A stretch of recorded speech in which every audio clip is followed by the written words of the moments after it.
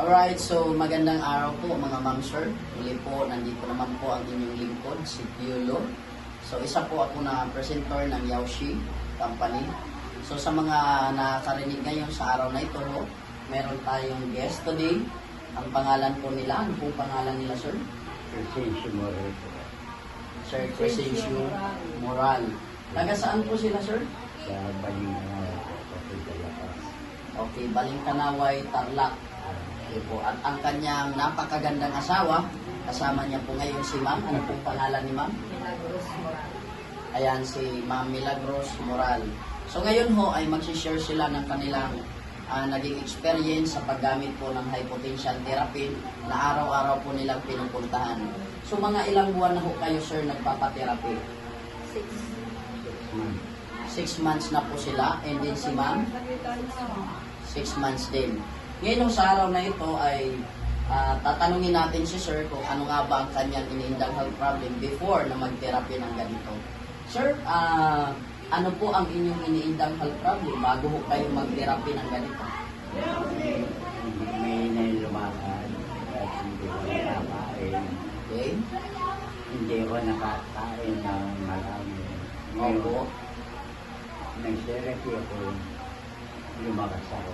Then, naikwento nyo sir dati na ang kulay ng katawan nyo ay hindi katulad niyan. Ngayon, Kulay dilaw. kulay dilaw ho. Yung katawan ko nung hindi pa nag-therapy. Eh bakit ho? Ano po ang iniinda nyong health problem before? May sakit ako sa puso. May sakit sa puso. Ano pa po? May prostate enlargement. Ano pa po? Cancer. So, pauwi na, papunta ng cancer ang health problem ni sir. Then, ano pa po? Diagnose ng cancer type. Opo. Yung ngayon, may therapy ko, teritoryo na lumakas ang katawan ko. So, yun po ang naging health problem niya before mag-therapy ho. Narinig nyo naman ho, ang dami niyang health problem. Tapos ngayon ho ay 6 months na po silang nag-therapy ng ganito.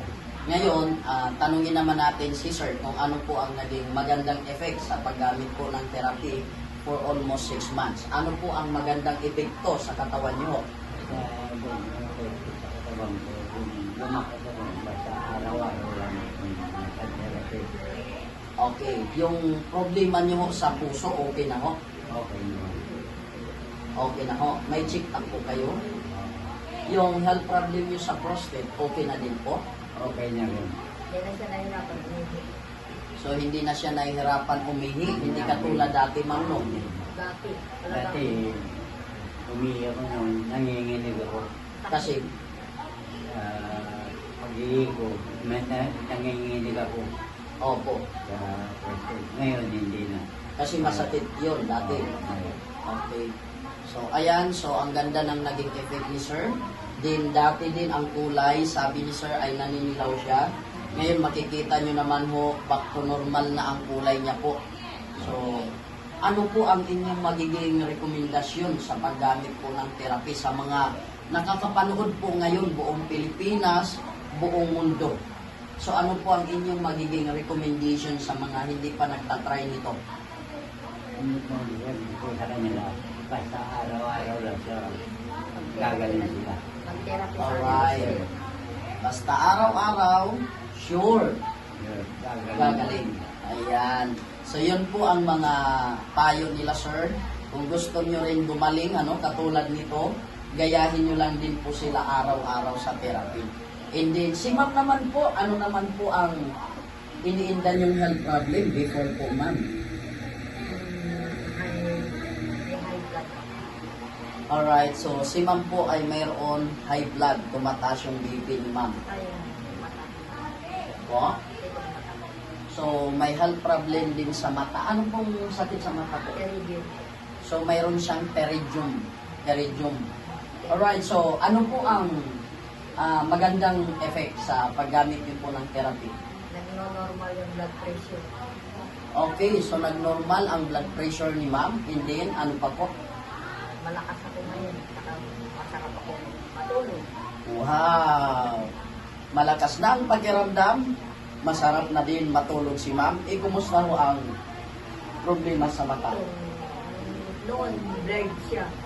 Opo. Kita kong mata. Ngayon, medyo malinaw-linaw. Oh! So, ang ganda ng effect ni ma'am. So, ayan.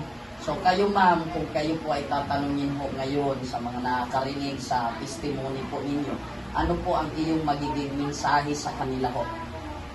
Sana, yung mga nakakapanood, sana subukin din nila para mapatunayan nila na nakakagamot niya ang therapy. Alright, so, At magtyaga lang sila. okay. So, maraming salamat ma'am. So, subukan nyo ho. Totoo yan. Walang mawawala kung itatry nyo. Nang sa ganon, gumaling ho kayo. So, maraming salamat po, Mr. and Mrs. Moral. Thank you so much sa pag-share niyo po sa magandang effect sa paggamit po ng therapy. Thank you so much at sana ho, marami pa po kayong may recommend na mga kaibigan niyo dito sa Yoshi. So, ayan po ang ating live testimony sa araw na ito. Thank you so much and God bless us all. Thank you po.